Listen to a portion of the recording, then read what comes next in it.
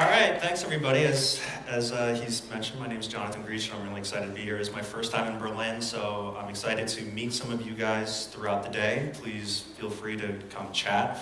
I'm a little bit tired, but I drank a whole bunch of Mountain Dew, which is what we do in the US to get really hopped up and crazy. So I'm going to talk a little bit today about how a lot of corporations are innovating and how a lot of corporations should be interacting with startups and vice versa, because I think a lot of the ways that people are doing it today is just plain wrong. But first I'm going to tell you a story. And this is a story of a precocious boy. He was 24 years old, coming out of college. Like a lot of people probably, I had no idea what I wanted to do, right? And what do you do when you do that? Oh, you go to more school to kind of put off real life, right? I enrolled in NYU Business School, and while I was there, I was like, you know, I might as well just get a quick internship, make some extra money, did a Craigslist internship, or I went to an interview, and I remember that morning I was really hungover, I almost didn't even go.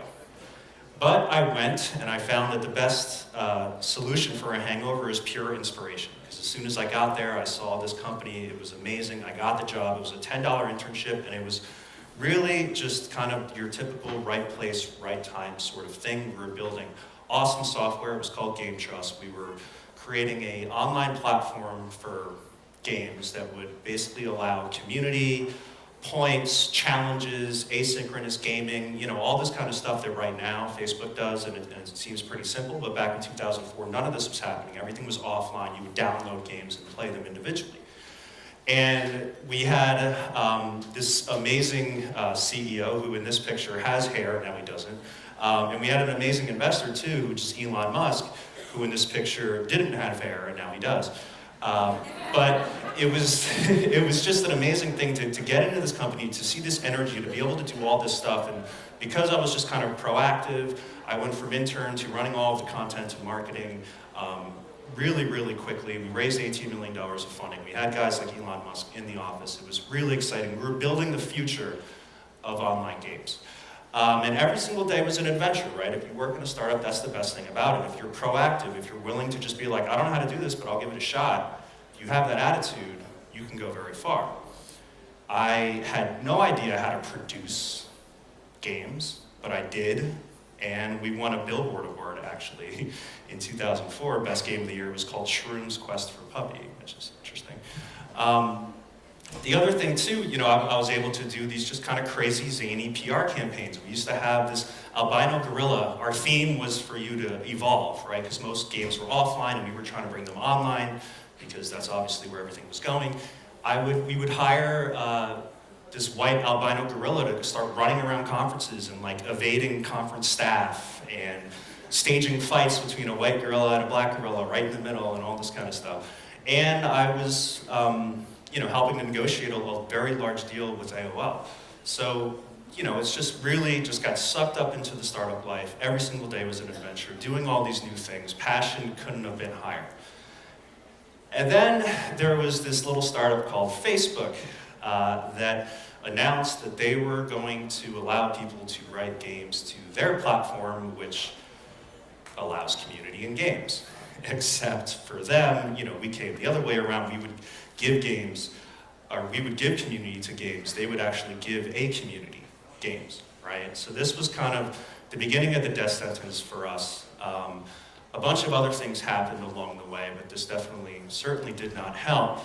And then we were acquired by a company called Real Networks. Does anybody know who Real Networks is? Remember them slightly? Yeah, they had a real player. I mean, literally, if you look at their history, they become really popular because their real player was one of the largest suppliers of porn in the 1990s. And then, you know, obviously they shifted that so that it was some, you know, sporting and things like that as well. But at the time, they were a very large gaming portal as well, but all downloadable games. So them acquiring us, you know, while it was not like kind of the moonshot thing, changing the world with gaming that we wanted to do, it still was something that we got excited about. Especially because the corp dev guys were selling it to us, right? They were saying, you guys are the future. Like, we want to bring this in-house, we want to get more online games, we want to do all this kind of stuff.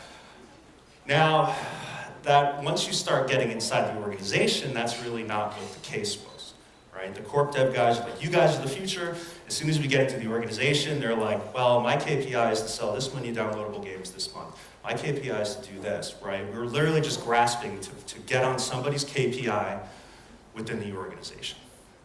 People saw us as a cool project, not as something that would, get them a promotion or help the organization move forward. And I had to deal with all of this crap, right? So,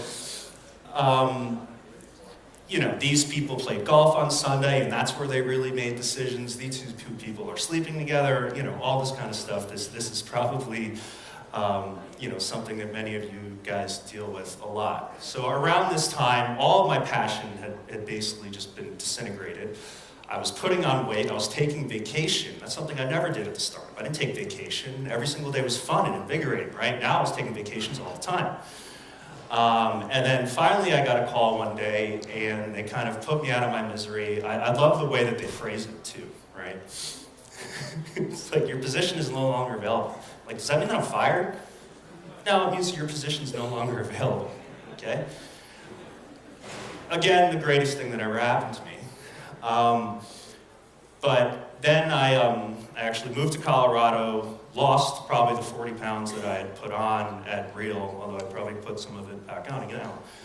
But, and then I re-teamed up with Adeo Resi, who was the founder at Game Trust, and now we built something called the Founder Institute. And as he explained earlier, we are I don't particularly like calling us a pre-accelerator, because a pre-accelerator kind of hints that the only reason you would go into us is to get into accelerator. I think there's a lot of different ways that startups can be successful, but we work with startups at an earlier stage, idea stage, and probably the thing that I'm most proud of in this organization is, as the head of marketing and the co-founder, I have spread us to over 150 cities, 60 countries around the world. We've launched over 2,200 companies with a combined value of around $15 billion. We've done so with less than $40,000 in paid advertising since we launched in 2009. And if you've seen our website, we also have the ugliest website on the internet. So that's what I'm proud of. But let's take a step back really quick, back to Real, the Real acquisition of this startup, because that's what I want to discuss today. Now, clearly, my experience is not that unique, right? By many accounts, most acquisitions of startups are considered failures for the acquiring companies. And it's no question why, right? The cultures are completely different. A startup is like a bunch of commandos going through the forest trying to just find a business model, digging, is there a business model, is there a business model, is there a business model? Meanwhile, the corporates are, a well-oiled machine, factory, trying to milk as much money and as efficiency out of an established business model. Right? And short-term goals for a startup don't die. Short-term goals for a corporation is something like quarterly KPIs. But really, the experience that I had, the reason why I thought that acquisition failed, is I had mentioned, the corp dev guys, who were the ones that were driving the acquisition, right? Who put the sale through, who sold us, who did all of that. They really had no tie-in with the people in the business that would actually be putting that forward, and to the people where the acquisition of our company and our technology and our strategy could actually benefit the business. It was just a bad handoff, right? It'd be like they're running with the baton and they were just like, yeah, here you go, right? You guys deal with it. And I like to call this this concept of bolt-on innovation, because I see this a lot with large corporates, and you'll see it with startups too, right? It's this concept that you can take something new, you can just bolt it onto something old, and voila, innovation, right? If you wanted to make this piece of shit car faster, you wouldn't just put a spoiler on it, right? You gotta get in there. You got to get into the engine, you got to get into the transmission, to the, I don't know anything about cars, but the body, all that kind of stuff. You can't just bolt something on. And with the integration that I saw at Real Networks, they didn't have a plan to get us into the organization where we could make any change. And that's why literally that point where they acquired us to where they basically wrote off the whole acquisition was less than a year and a half. Right? Just amazing amounts of shareholder value just being totally wasted, and this happens all the time. And I can't help but see the parallels with all these corporate accelerators that are launching today. Now, there was one report that 45 of these were launched in 2015 alone. I'm sure you guys hear it all the time. There's always a big press release, there's always a big press conference associated with the release of these. And a lot of them are getting killed off at the same time too. Like on here I know the Citrix Startup Accelerator was killed off a couple of years ago. And I see the parallels because instead of having the core development guys who are the ones acquiring the startups, here you just have whatever it is in any organization, they'll just have innovation people, right? They're like, you're in charge of innovation, innovate. What are my KPIs? Innovate, right? And those are usually the ones that are running these types of programs. And as a result, it really just becomes a stage of innovation theater. Right? We're cool, we got slides, we got bean bags, we give you free lunch, it's like there's this startup pixie dust, and if we work with startups, it's gonna rub off on us and everybody's gonna become smarter, and big press release, like tons of stories, this company's thinking about the future, right? They're working with startups because that is the future. And that's what most of these companies do, and there's just not a good way for the startups in those organizations. There's not a clear way for them to actually plug in and create meaningful change. Now, the ones that get this right are the platform accelerators, right? Something like an Alexa or a Google. And why did they get this right? Because they have a clear structure for interacting with the startups. Does anyone want to guess what that structure is? Now, an API, all right? How more structured can you be than an API? I send you this information, I send you this string, you send me back this string, and I get this information back, right? Those are the ones that work because it's very clear cut and you're not having to deal with the crazy amounts of politics and the whole organizational food chain, so to speak. Now, not everybody can have an API, and that's why corporations should strive to create what I would call an organizational API. Right, a structured process. So if it is dev tools, things like that, you would create something like a sandbox, right, an instance of your technology where people can just play with it. But even if it's not that, you can, bringing out of the digital realm, you can create a sandbox with people, right? It might be an event where, you say this is a problem that we have, and you source, and a lot of startups come that are solving problems along with that. And maybe it's not a demo day or something like that, but they are interacting directly with the people whose KPIs match to that problem in the organization, right? You create a organizational sandbox for that respect. And the other thing is just to remove layers and complexities. So, I spoke with Christian, and I think Scout 24 is doing some really interesting stuff in terms of their new innovation strategy. And the thing that I liked the most was, they had these 12 business lines. And probably before it was a very hierarchical strategy where you would, probably talk to one of the innovation people, then they would have to find their way down to the people that actually would be putting something into place. Now, what they've done is they've taken the 12 business lines and basically made them each their own startup, so to speak. They have their own P&L, and startups that are interacting with those businesses can plug right in to the people that it matters for, right? That's smart. Keep the innovation people and the corp dev people at a minimum and allow them, maybe they're directing the programs, but allow the interface between startups and an organization to be directly to the people whose KPIs it's impacting.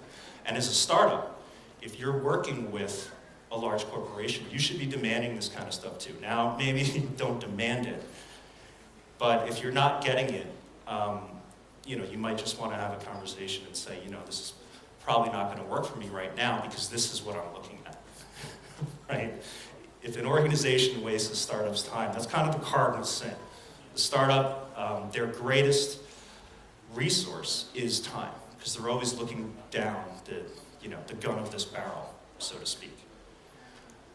Now, to boot, seed is just absolutely the wrong stage, right? So if you look at for a startup getting into a seed accelerator, the main value for them is to get a small amount of money so that they can focus and raise a seed round, right? And in order to do that, they need to get traction as quickly as damn possible, usually between about a 3 to a 4 month time frame.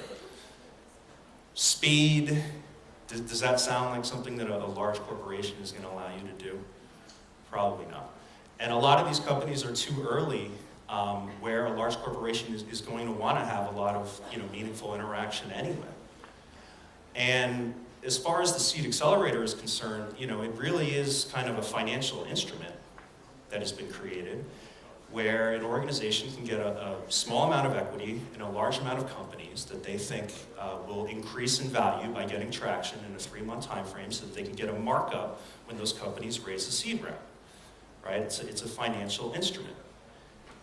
And in order for that financial instrument to make sense, you need about a 7-year minimum time frame. Again, that's not what these corporations are using startup accelerators for. They're using them for quote-unquote innovation. That's not what it was made for. It just doesn't make any sense to do it at the stage for the startup or for the corporation. And another thing too that you should mention is that, especially if you're a B2B startup, having a corporation on your cap table, and this might be for something really minuscule, like a $20,000 investment, could tank a large investment from a different corporation down the line, right? It limits your optionality in terms of investment. So here's the right way to do it. Rather than do it at seed, which is just the wrong stage, you either do it before that or after. So pre-seed, post-seed, or, and I put in here entrepreneur as well. And I promise my formatting was better, but there were different fonts and blah, blah, blah. So pre-seed for the startup, what they can get is cash and mentorship. And as a pre-seed startup, you're really just trying to find a problem that's worth creating a company around, right? Is this a problem people have? Yes. Is there a large enough market to build a business behind this problem? Yes. Okay, go. And if any of those are no, then you go back to the drawing board. Now that is something that a corporation can really play a large role in helping you figure out, right? Especially if you're a B2B startup. There's a very clear value proposition there. And for the corporation, they're essentially getting outsourced customer development, right? They're bringing in fresh ideas, people that aren't kind of jaded by their internal structure, talking to people in their business about problems that they have and finding new insights. And on the post-seed side, for a startup, it's pretty clear at that point you're farther enough along where you can create a deeper integration with these large corporations, and you can get distribution, so you can kick ass on your Series A and have awesome metrics for that. And for the businesses at that point, since those startups are a little bit further down the line, they can get new business lines, new customers, etc. And I put the entrepreneurship part in here too, because I think this is a big part of it.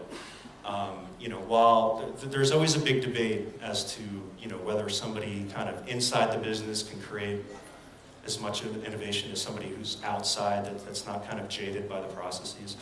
But for an entrepreneur, if you can find someone that's working, if you can find somebody who's innovative and who's motivated, you can get them working on something cool. It's like being a startup founder with a salary, right? If you can structure it in the right way, and you can retain your most innovative people at that point. Now, I've been talking a lot about structure and how creating the right structure can create innovation in the ways that startups and corporations can interact with each other. But really, no matter how much structure you have, it can stop innovation, but it can't create it. The innovation is always going to start with the people. And this is something in the Founder Institute, because we work with so many startups around the world and at such a high scale, we've actually been working since 2009 on a test. Actually, to be honest, it's been earlier than that. We had a version of this test for Game Trust, which was to find employees that we thought would work well in a startup environment. Then when we started the Founder Institute, we went to the same social scientist and we said, let's try to adjust this test so that we can find people that are innovative and can build companies from the ground up.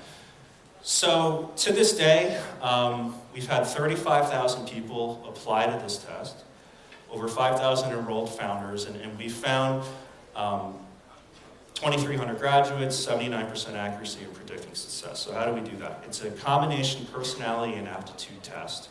It takes about an hour to complete this version. When we first started, it was about 3 hours to complete, which we saw was limiting our market just a little bit. And the whole goal of this is just to find innovative people at scale, right? Using a data-driven approach to what many people will say is the biggest factor in the success of any business or any project, the people.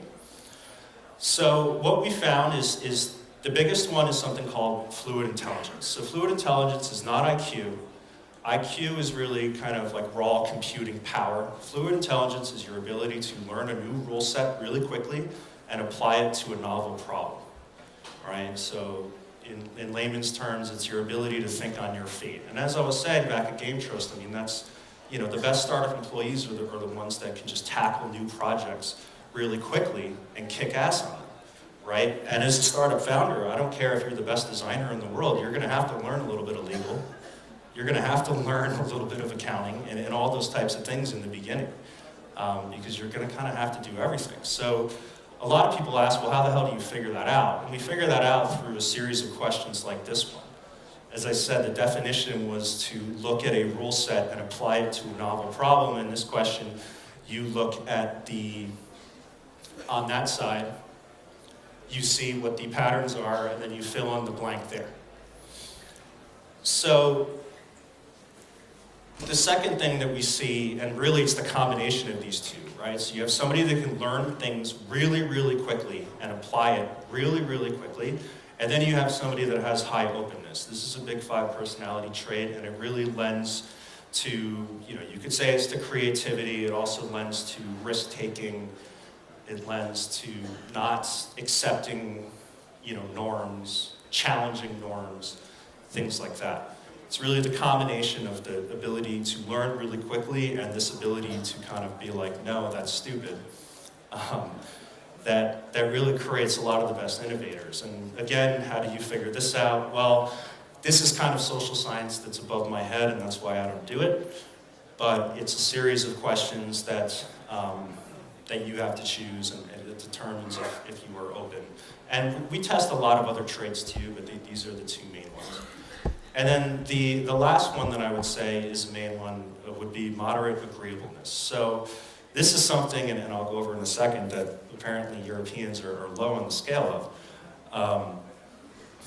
If you are totally agreeable, you're basically a pushover, right? You can't get anything done, people walk all over you. If you're totally unagreeable, you're an insufferable prick, and nobody ever wants to work with you, right? So you want to be moderate, right? Somewhere in the middle. And that makes sense as a business person, right? You need to know when to push, you need to know when to relent. It's all a negotiation in the end, and this is something that's really important. And what we found for bad founder DNA is stuff like excuse making. You have to be emotionally stable. It's a roller coaster. Some of these probably shouldn't be too much of a surprise.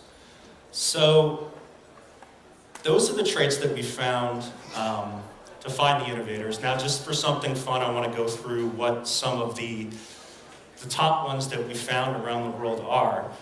The highest predictive entrepreneurship score, that's a combined score that we use, kind of combining a lot of the different scores. And according to us, Silicon Valley is not even in the top 10, and Athens is number 1. I'm sure that probably surprises some people. Fluid intelligent founders, you can see that 5 of the top 10 are in Europe. Munich is number 2. Is there anyone from Munich here? No. I thought there'd be more. Sorry. Openness, most of the cities that have the highest openness are really developed cities, right? LA, New York, etc. And then moderately agreeable, literally Europeans are very low across the board on the agreeable scale. Now that's just what the test is. I think you're nice people, but according to our research, you guys are far less agreeable than the rest of the planet. Conscientiousness is a trait, which is really industriousness, how hard you work, how, just the ability to get down in a structured way and do a lot of things. Chisinau is the only European city in the top 10, and across the board, industriousness, I don't even think any of the US cities are even in the top 20. It really is the developing cities, right? And it kind of gives you this idea that maybe, us in the developed world, we don't even know what hard work is, right? They're the ones that know what hard work is. Emotionally stable, Helsinki is the only European city in the top 10. And extroverted, well, there's Berlin. And Europe kicks ass on extroversion as well. So basically, I don't know how that works. You guys are really outgoing, but then when it comes down to it, you're not very agreeable. Now, being the Valley and Berlin conference, I also thought this would be an interesting thing to compare. Silicon Valley and Berlin are basically equal. Literally, I would have put the scores on here, but it was within like a tenth of a decimal point, so I didn't on the predictive. But Berlin founders do have higher fluid intelligence. Silicon Valley founders are a lot more creative and open. Again, Silicon Valley founders are nicer, I guess. Apparently, we are significantly harder working than you guys. But you guys have higher emotional stability, and you guys are also much more extroverted. And I wanted to do this as well, Munich and Berlin. I expected more people from Munich to be here. But people in Munich have a higher overall score. People in Munich have higher fluid intelligence. But they have much less creativity. I don't know so much about the difference of the cities, but when I've told this to people in the past, they said it kind of made sense. Munich people are nicer, evidently. Berlin people work harder. Munich people have more emotional stability, and people in Berlin are more extroverted. So let me tie a lot of these findings back, right? So what does this all mean on these traits that we found for people that can be innovative? Well, for a corporation, you need to find these innovators inside and out, right? These can be things like hackathons. I know Scout 24 is doing things like internal demo days, which I think is really smart.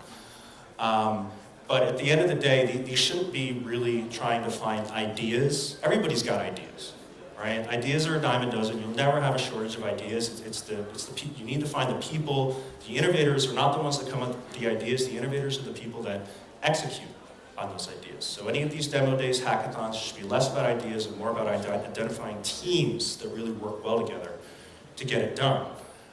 And then empower them to tackle the biggest problems in your organization. And for the startup side, you need to find people with range in the beginning. I mentioned before, let's say if you're the world's best designer and all you want to do is design, don't start a startup. Because best case scenario, you're going to do design for maybe the first couple of months, and then as a founder, if you're going to stay on, you're going to move up, and you're going to start delegating, and you're going to start managing, and all this kind of stuff, right? A founder is somebody who is, I'm not saying that you shouldn't have a technical skill set. I'm saying that you have to have the ability to move onto 15 different things, really in any one given day, and you have to love doing that. And when you're looking for people on your early team, there's this notion of hacker, hipster, hustler sort of thing, right? Having a business person, a design person, and a tech person. I think that's all bullshit. All right? Most startups don't need a technical co-founder right in the beginning. They don't. But everybody thinks that they do. So then they'll just go around and they'll just grab the first person they know that knows the tech stack that they want to use, right? Regardless of the person's character or their ability to do multiple things. And as a startup, you need somebody that's going to be able to do a wide range of things. There's no room for specialists on an early startup team, only until you start growing should you be able to do that. And I don't expect you to put potential co-founders and team members through a test, but one way that I always tell people to test these sort of things is to run an event, right? I don't care what it is. Let's say you're creating a construction app. Run an event for the construction industry, right? Probably nobody on your team knows how to run an event, but that's the freaking point, right? See how you all interact. Somebody's gonna have to do some marketing. Somebody's gonna have to set up the event site. Someone's gonna have to, host the event. Someone's gonna have to do all these different things. Like that's the kind of test that you guys should do to make sure that you can work well with these different founders on your team. So with that, I'd like to say thank you, and I wouldn't be much of a marketer if I didn't have a call to action here. So if you are looking to launch a startup, we do have Founder Institute programs, and I think over 10 cities in Europe right now that are accepting applications, and probably over about 50 cities around the world. And we're also always looking for motivated, experienced entrepreneurs that want to help new founders and launch new programs in their cities. So thank you. Awesome. Thank you.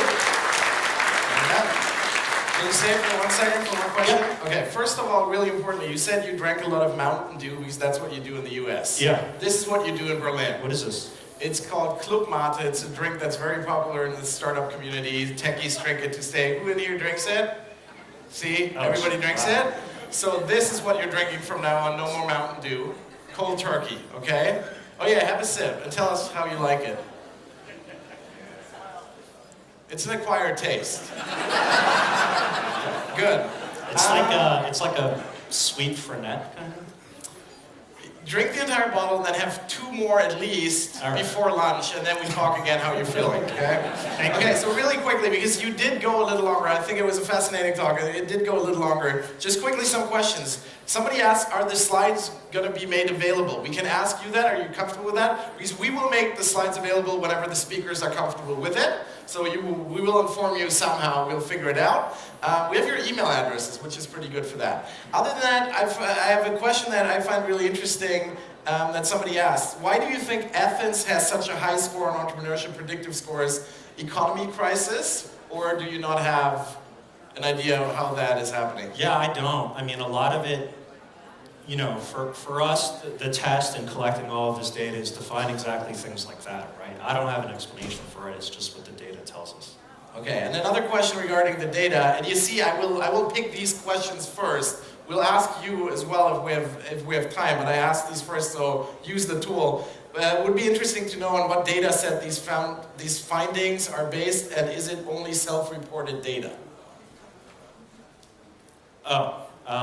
So trying to understand where they're asking that question, but just a little bit about the methodology. So before people come into the program, kind of one of the biggest areas where we test them, you know, to get in, it's not the only thing that we use for admissions is the test, but it's one of the biggest tools. So we basically are able to boil down somebody into a set of metrics in the beginning. Then throughout the program, they get rated not only by their peers, but by the mentors and the directors in the program.